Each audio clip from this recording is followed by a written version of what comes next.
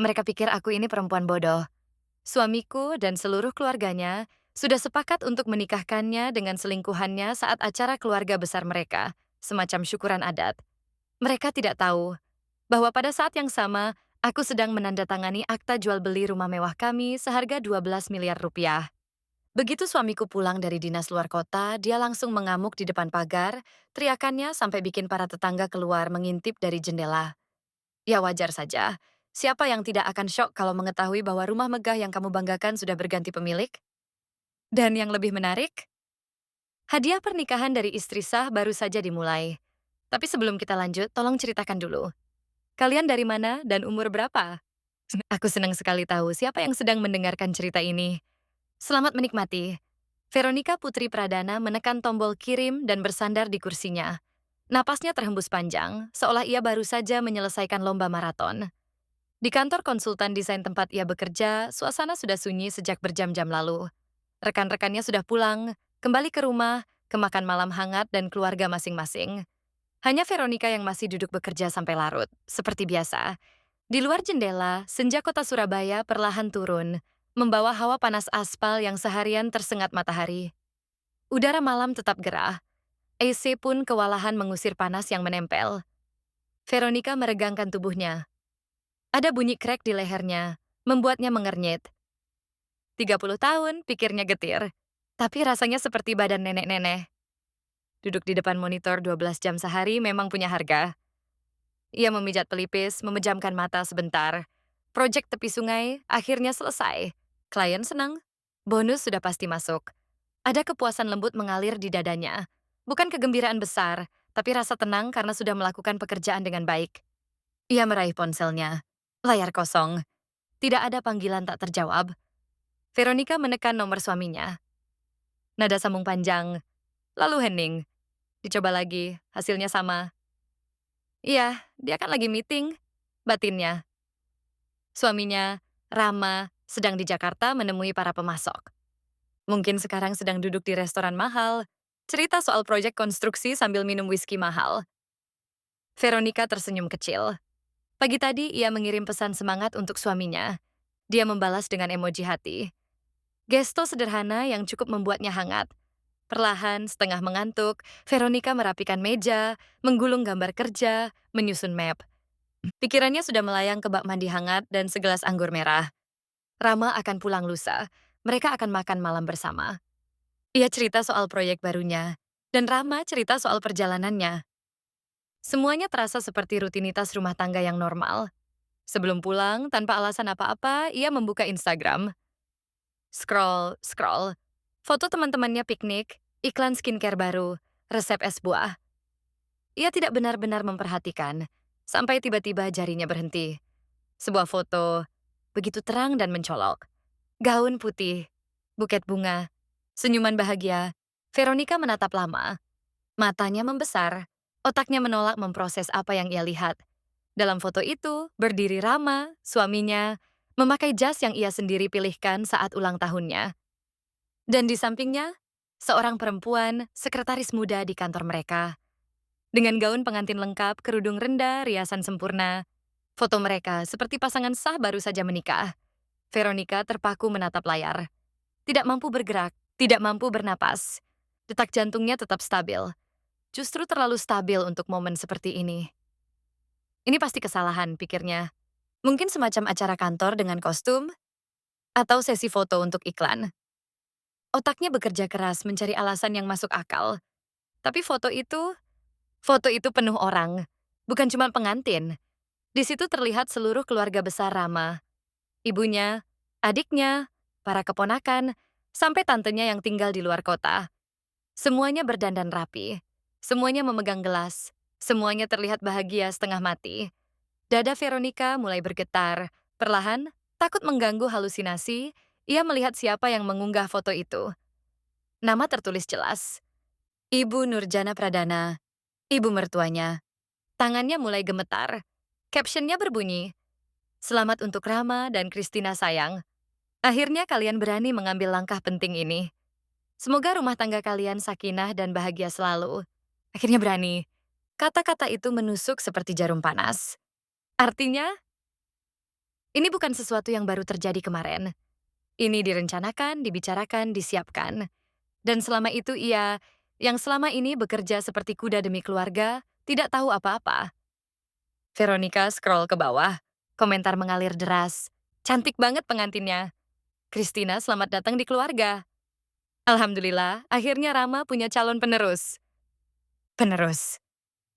Kata itu membuat udara di ruangan terasa kental, seperti agar-agar yang menempel di tenggorokan. Sesak. Ada sesuatu yang menekan dari dalam dadanya. Belum sakit, tapi seperti ada ragum yang perlahan dikencangkan. Ia menutup mata, tapi foto itu tetap menempel di kelopak mata. Gaun putih, buket bunga, tangan Rama memegang pinggang Christina. Tangan yang terlihat terlalu akrab, terlalu pemilik. Tidak mungkin, bisiknya. Tapi potongan-potongan kejadian mulai menyatu. Sayang, aku lembur di proyek. Ada meeting mendadak. Pemasok dari Jakarta harus ditemui. Dalam 6 bulan terakhir, Rama memang sering bolak-balik seperti orang yang dikejar dunia. Dan ia tidak curiga sama sekali. Maklum, suami dengan posisi tinggi biasanya sibuk. Veronica kembali melihat Christina di foto itu. 26 tahun. Cantik. Manis. Selalu ceria. Bekerja sebagai staf administrasi di kantor mereka. Sesekali ngobrol soal proyek, sesekali minta izin pulang lebih cepat. Dan tiba-tiba Veronica ingat. 3 bulan terakhir Christina sering izin. Kadang alasan sakit kepala, kadang perut mulas. Ia mengizinkan begitu saja. Mana mungkin ia menyangka. Sekarang semuanya tampak jelas. Keterlaluan jelas. Veronica bangkit dari kursi. Kakinya seperti kehilangan tulang. Ia berjalan ke jendela dan menyandarkan dahi pada kaca yang dingin. Di bawah lampu toko-toko masih menyala, kendaraan lewat satu-satu. Malam biasa di kota yang biasa. Hanya saja, hidupnya yang biasa baru saja hancur berantakan. Jadi ini, pernikahan beneran, bisiknya. Bukan selingkuhan sesaat. Bukan hubungan iseng. Pernikahan. Dengan tamu, keluarga, fotografer. Semuanya disiapkan. Sebuah dingin asing merayap dari dalam tubuhnya. Bukan dari AC, tapi dari pengkhianatan yang menusuk tulang. Ia kembali ke meja. Membuka aplikasi bank. Saldo rekening bersama mereka. 4,2 miliar rupiah. Gaji. Bonus. Tabungan bertahun-tahun. Rekening yang selama ini mereka pakai sebagai pasangan normal. Ia membuka daftar transaksi. Scroll perlahan. Sampai ujung jarinya berhenti. Biaya dinas Rama 65 juta rupiah untuk perjalanan ke Jakarta. Padahal perusahaan sudah membayar semua itu. Veronica masih ingat jelas bagaimana suaminya minta tambahan uang darinya untuk keperluan perwakilan perusahaan. Ganda pembukuan ya? Ia menelan ludah. Ternyata selama ini ia diperlakukan seperti orang bodoh. Veronica meletakkan ponselnya dan menarik napas panjang. Di kepalanya gambaran besar mulai tersusun. Serapih gambar kerja arsitektur. Rumah mewah di Jalan Parkview. Atas nama dirinya. Mobil sport seharga 5 miliar rupiah. Atas nama Rama. Cicilan rumah, ia yang bayar. Perawatan mobil, ia juga. Setiap bulan ia memberi uang belanja 50 juta untuk ibu mertuanya. Liburan keluarga ke Bali dan Lombok, ia yang tanggung. Selama bertahun-tahun, ia hanyalah ATM berjalan. Sapi perah dengan akses tak terbatas. Dan di saat ia terpaku membaca deretan transaksi itu, sesuatu dalam diri Veronica mengunci pada tempatnya. Bukan pecah, justru pas. Tepat seperti roda kecil yang membuat seluruh mesin bergerak. Tidak ada tangis, tidak ada keinginan membanting barang, hanya kejernihan dingin. Kristal, mati rasa. Ia tidak hanya dikhianati, ia ditipu secara sistematis, direncanakan, dikerjakan bersama-sama. Sementara itu, pasti saat ini mereka sedang bersulang dengan sampahnya, merayakan kemenangan mereka. Veronica memandang layar komputer, proyek yang baru saja ia selesaikan. Skripsi hidupnya, kerja kerasnya. Ia memang lulusan keuangan, tapi jiwanya arsitek. Terlatih menghitung risiko dan menemukan jalan keluar dari situasi buntu. Baik, kalau begitu, sudah waktunya ia mengerjakan proyek terbesarnya, hidupnya sendiri. Ia mengemas barang-barangnya, laptop, tablet, dokumen. Saat hendak keluar, rekannya Paulina memanggil dari koridor. Ver, kok pucat banget? Mau aku antar? Veronica memaksa senyum. Nggak apa-apa, cuma capek. Aku pulang sendiri. Makasih ya. Di parkiran bawah tanah, ia masuk ke mobil, tapi tidak langsung menyalakan mesin. Tangannya gemetar memegang setir. Matanya menatap kosong ke dinding beton. Dengan tangan bergetar, ia mengambil ponsel dan menelepon ibu mertuanya. Telepon diangkat dalam 1 detik. Dari balik sambungan terdengar suara gaduh pesta. Orang-orang tertawa, suara gelas beradu, musik keras. Halo Veronica. Nada suara ibu mertuanya ceria, mabuk kemenangan. Selamat malam Bu, ucap Veronica datar. Acara apa itu? Ramai sekali. Terdengar jeda. Lalu, seolah menyerah menjaga rahasia, ibu mertuanya menjawab. Oh ini, pesta pernikahan Rama dan Christina. Syukuran keluarga. Veronica menutup mata. Begitu, ya. Nada suara ibu mertuanya berubah menjadi menyalahkan. Veronica, kamu itu perempuan pintar. Harusnya paham. Rama itu laki-laki. Dia butuh penerus. Veronica membeku. Kamu kerja terus. Yang kamu pikirkan cuma proyek, gambar, karier. Rama butuh keluarga. Butuh anak. Dan disitulah semuanya menusuk. 7 tahun pernikahan. 7 tahun mencoba. 7 tahun dokter, tes, terapi. Sampai 3 tahun lalu dokter bilang, penyebab infertilitas tidak jelas. Waktu itu Rama memeluknya erat. Bilang anak bukan segalanya. Bilang mereka cukup punya satu sama lain. Ternyata, semua bohong. Jadi, kalian semua tahu? Suara Veronica terdengar stabil, bahkan terlalu stabil. Tentu saja kami tahu. Jawab ibu mertuanya bangga. Kami ini keluarga. Kami mendukung Rama. Dia harus meneruskan garis keturunan. Kamu perempuan baik, pekerja keras, tapi itu saja tidak cukup. Klik. Veronica memutus sambungan. Diameter. Terlalu diam. Berarti ini bukan pengkhianatan biasa. Ini konspirasi keluarga. Bagi mereka, ia hanyalah betina cacat. Dikasihi selama masih bisa memberi uang, tapi dibuang karena tidak bisa memberi keturunan. Rasa mual naik ke tenggorokan. Tapi ia mengatur napas. Tidak sekarang, aku tidak akan jadi korban. Tidak dicerita ini. Ia membuka kontak. Menekan satu nama. Ihsan Darmawan, pengacara senior. Pak Ihsan, ini Veronica. Maaf menelepon malam-malam, Pak. Saya butuh bantuan hukum. Segera. Di ujung telepon, Pak Taras, pengacara mendiang ayahnya, mendengarkan tanpa banyak tanya. Setelah ia selesai menjelaskan, pengacara itu berkata tenang. Besok pagi semuanya saya siapkan. Dokumen rumah masih atas nama Anda, kan? Ya, semuanya atas nama saya. Saya ingin menjualnya secepat mungkin. Kebetulan saya punya klien. Pak Gregor Mardana sudah lama mencari rumah di kawasan itu. Hubungi saja beliau. Veronica mengakhiri telepon, menyalakan mesin mobil dan melajukan kendaraan. Bukan ke rumah, tetapi ke sebuah hotel pusat kota, memakai nama gadisnya, Morozova. Malam itu ia tidak tidur. Ia duduk di depan jendela, menatap kota yang perlahan meredup. Ia ingat 7 tahun lalu ia dan Rama berjanji mencintai satu sama lain selamanya. Ia mencoba menjadi istri sempurna, sabar, sopan, bekerja keras. Ia bahkan menelan semua nasihat ibu mertuanya tentang bagaimana seorang perempuan harus bersikap. Ia juga teringat ucapan ayahnya.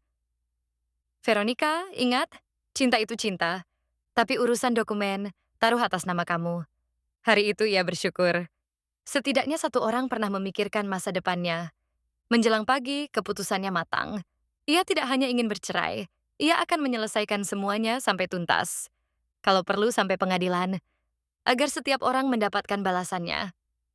Pagi-pagi sekali, Taras menelepon lagi. Bu Veronica, Pak Gregor siap bayar 48 miliar, tanpa ribet via escrow. Kapan Anda bisa tanda tangan? Hari ini. Di kantor pengacara, ia bertemu Pak Gregor. Pria parubaya, rapi, berwibawa. Tim hukumnya memeriksa kontrak sampai detail terkecil. Semuanya bersih, katanya akhirnya. Rumah ini sepenuhnya milik Anda. Tak ada masalah hukum. Bagus. Dengan tangan mantap, Veronica menandatangani dokumen. Itu bukan kehilangan, itu pembebasan. Rumah yang dulu ia bayangkan sebagai tempat membangun keluarga ternyata hanya menjadi panggung pengkhianatan. Seminggu setelah proses registrasi selesai, ia pergi ke bank. Di ruang VIP, pegawai bank mengonfirmasi, 48 miliar rupiah sudah masuk ke rekening baru Anda, Bu. Veronica mengangguk, membuka aplikasi bank. Rekening bersama 4,2 miliar rupiah.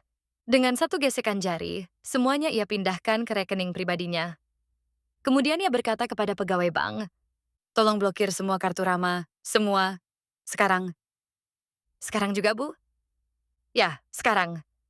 Ia bersandar di kursi dan membayangkan, entah di restoran mana Rama sedang mencoba membayar tagihan, dan kartunya ditolak. Lagi, dan lagi. Selamat menikmati, sayang. Setengah jam kemudian ponselnya bergetar. Rama, Veronica, ada masalah dengan kartuku. Aku nggak bisa bayar.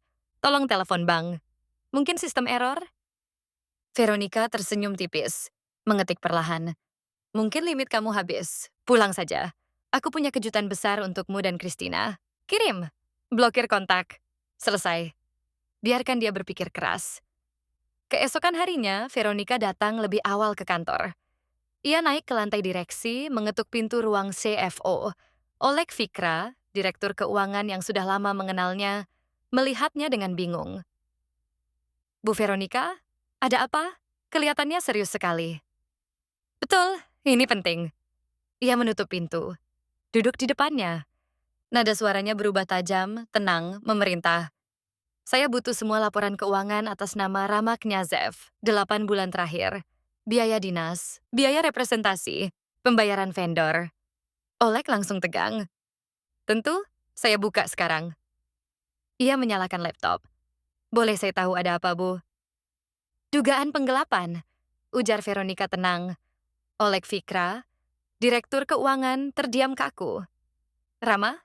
Tidak mungkin. Semua mungkin kerjakan. Beberapa menit kemudian, tumpukan kertas sudah ada di meja. Oleg menata semuanya rapi. Inilah laporan perjalanan terakhir ke Jakarta. Dari kas kantor, 65 juta rupiah. Veronica membuka ponselnya, menunjukkan bukti transfer. Dan ini, uang tambahan 65 juta dari saya pribadi. Untuk representasi, katanya. Wajah Oleg memucat. Ya Allah, jadi dia double claim. Tepat sekali, sekarang cek vendor baru. Oleg membuka folder lain. PT Sun Design, 8 bulan terakhir pembayaran rutin. Antara 800 juta sampai 2 miliar per bulan. Total sekitar 13 miliar rupiah. Semua dikendalikan langsung oleh Rama. Veronica menyandarkan tubuhnya, menatap kosong.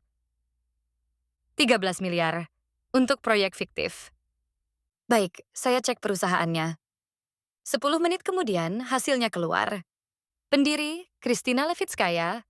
Status perusahaan, alamat massal. Semua uang langsung ditarik ke rekening pribadi. Klasik kasus pencucian uang. Sudah kuduga. Veronica memijat pelipis. Bagaimana dengan kartu kantor Rama? Oleg menampilkan riwayat transaksi. Restoran mewah, butik desainer, toko perhiasan. Veronica menunjuk satu baris. Kalung berlian, 180 juta. Katanya hadiah untuk istri klien penting. Ia ingat betul Rama menjelaskan betapa rewelnya istri klien itu. Ternyata kalung itu pasti sekarang melingkar di leher Christina. Oleg, siapkan seluruh berkas. Semua transaksi, semua memo, semua surat tugas. Besok, kita serahkan semuanya ke polisi. Baik, Bu. Mereka bekerja tanpa henti sepanjang hari. Menjelang malam, sebuah map besar tebal tergeletak di meja. 127 lembar bukti. Lebih dari 15 miliar rupiah kerugian perusahaan. Pak Taras menelpon dan memastikan, ini cukup kuat untuk kasus pidana. Besok saya antar langsung ke kepolisian.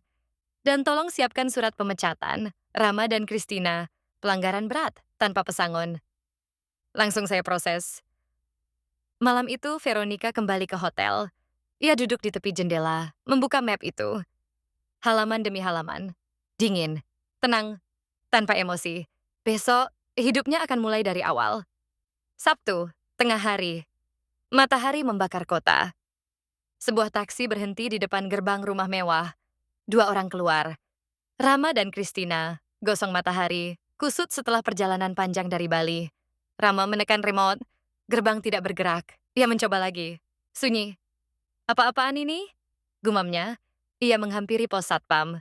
Di dalam berdiri satpam baru, ramah tapi tanpa rasa hormat berlebihan. Bisa bantu? Tolong buka gerbang, ini rumah saya. Nama Pak? Nyazev. Ini rumah saya 7 tahun. Satpam mengecek daftar. Maaf Pak, berdasarkan data, rumah ini milik Bapak Gregor Mardana. Beliau resmi menjadi pemilik sejak seminggu lalu. Rama ternganga. Apa maksudmu? Hanya menyampaikan fakta, Pak. Kalau keberatan, silakan hubungi pemilik barunya. Rama mundur, wajahnya pucat. Tangan gemetar meraih ponsel. Ia menelepon Veronica. Nomornya tidak aktif. Christina memegangi pinggang. Rama, apa yang terjadi? Aku tidak tahu. Mereka bilang rumah ini dijual. Apa? Dijual? Rumah kita? Christina menjerit. Rama membuka aplikasi bank. Rekening bersama, 0 rupiah. Rekening pribadinya, 11.000 rupiah. Tidak, tidak. Ini tidak mungkin, bisiknya. Rama, suara Christina melemah. Apa terjadi? Duit kita hilang, dia ambil semua. Christina memegang perutnya. Bagaimana bisa semua? Saat itu sebuah minivan berhenti di depan gerbang. Keluar Ibu Rama bersama rombongan keluarga besar. Mereka datang untuk mendukung perjuangan putra kesayangan, tetapi malah mendapati Rama, istrinya yang hamil, dan koper-koper mereka terdiri di depan rumah yang bukan lagi rumah mereka. Rama, apa yang terjadi? Ibu Rama, Bu Nina, langsung berlari ke arah putranya. Mama, dia jual rumah itu. Suara Rama pecah. Veronica jual rumah kita. Bagaimana mungkin dia jual tanpa sepengetahuanmu? Rama menatap tanah.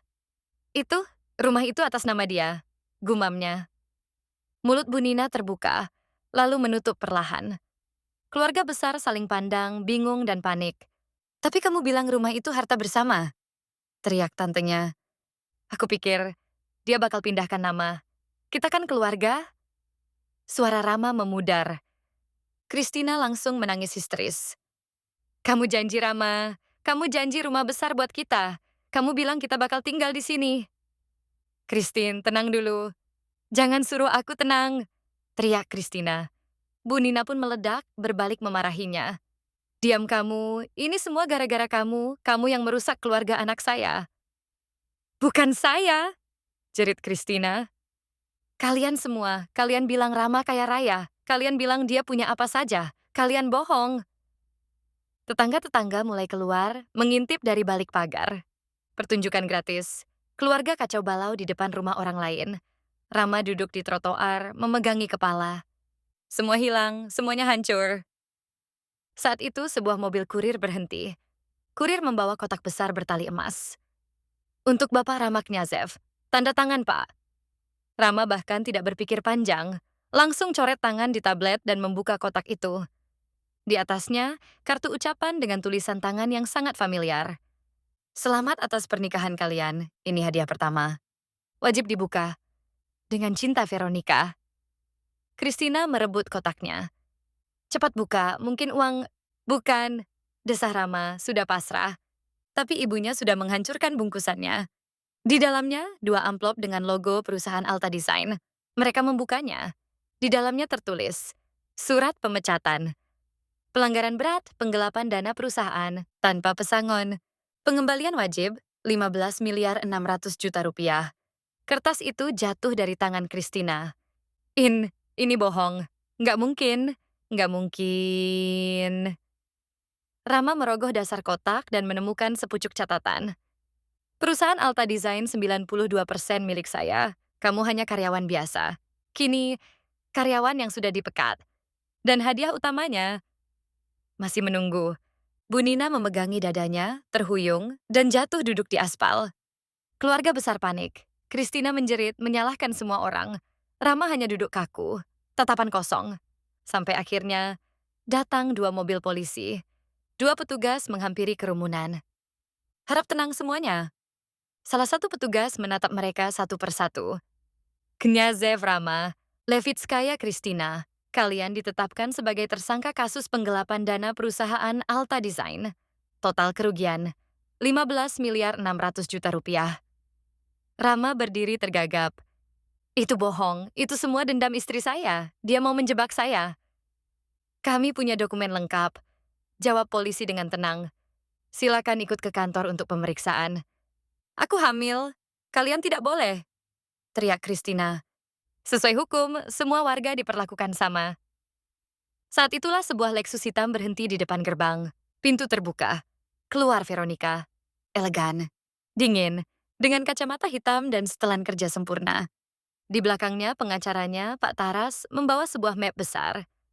Veronica berjalan mendekat dengan langkah mantap. Kniazev Veronica. Ia memperkenalkan diri. Pemilik saham mayoritas Alta Design. Ia menyerahkan map kepada polisi. Ini berkas lengkap, transaksi bank, laporan audit, bukti penggelapan. Suami saya membuat pesta pernikahan dengan selingkuhannya dan mencuri dari perusahaan saya. Semua bukti ada di sini. Petugas mengangguk dan mulai membawa Rama serta Christina menuju mobil patroli. Bu Nina masih duduk di tanah, menjerit penuh kebencian. Kau hancurkan anakku, kau hancurkan keluarga kami. Veronica berhenti, berbalik, melepas kacamatanya. Tatapannya tenang, tajam, tidak terguncang. Tidak, Bu Nina, kalian sendiri yang menghancurkan semuanya. Karena membela kebohongan dan pengkhianatan, saya hanya melindungi diri saya. Apa yang ditanam, itulah yang dipanen. Ia kembali memakai kacamatanya, masuk ke mobil, dan pergi tanpa sekalipun menoleh ke belakang. Sidang berlangsung 3 bulan. Rama mencoba menyalahkan Christina. Christina pura-pura menjadi korban hamil yang ditipu laki-laki brengsek. Tapi, semua dokumen, transfer bank, laporan audit, berbicara sendiri. Hakim menjatuhkan vonis. Rama, 6 tahun penjara. Christina, 4 tahun dengan perhitungan kehamilan. Bu Nina, ibunya Rama, menghabiskan semua tabungan untuk pengacara. Ia sampai menjual apartemennya dengan harga murah. Akhirnya ia pindah ke rumah kerabat jauh di kampung, sebagai pembantu keluarga. Tidak ada yang ingin menampungnya secara cuma-cuma. Christina melahirkan di rumah sakit lapas. Anak itu langsung dibawa ke panti asuhan. Tidak ada satupun anggota keluarga yang mau mengakuinya. Sementara itu, Veronica resmi bercerai. Ia menjual seluruh saham Alta Design dan pergi dengan 120 miliar rupiah di rekeningnya. Untuk pertama kalinya, bebas. Benar-benar bebas. 3 tahun kemudian, Saint Petersburg. Di sebuah apartemen modern dengan jendela besar menghadap Sungai Neva, Veronica berdiri memandangi langit senja yang berwarna oranye keemasan. Ponselnya berdering. Polina. Halo, Veronica. Dengar kabar terbaru belum? Bu Nina itu sudah menetap di kampung jauh. Dan Christina, permohonan bebas bersyaratnya ditolak lagi. Veronica menatap aliran sungai. Pauline, sudahlah, ucapnya pelan. Ia memeluk dirinya sendiri. Di dalamnya ada ketenangan murni, bukan dendam, bukan kepuasan berlebihan. Hanya kesadaran bahwa setiap orang akhirnya menerima tepat apa yang pantas mereka terima. Ia tidak perlu lagi melihat ke belakang, tidak perlu mengoreksi, menyelamatkan, atau membenarkan kehidupan siapapun. Ia mandiri secara finansial, pulih secara emosional, dan tahu betul arah hidupnya kini. Itulah kemenangan sejatinya. Bukan kemenangan atas Rama atau Christina atau keluarga mereka, tapi kemenangan atas luka dan ketakutan dalam dirinya sendiri. Veronica menyesap teh hangat, memandang sungai yang mengalir tenang. Besok adalah hari baru, pertemuan baru, kisah baru. Dan bagi Veronica, tak ada karma yang lebih indah daripada kesempatan memulai hidup dari awal.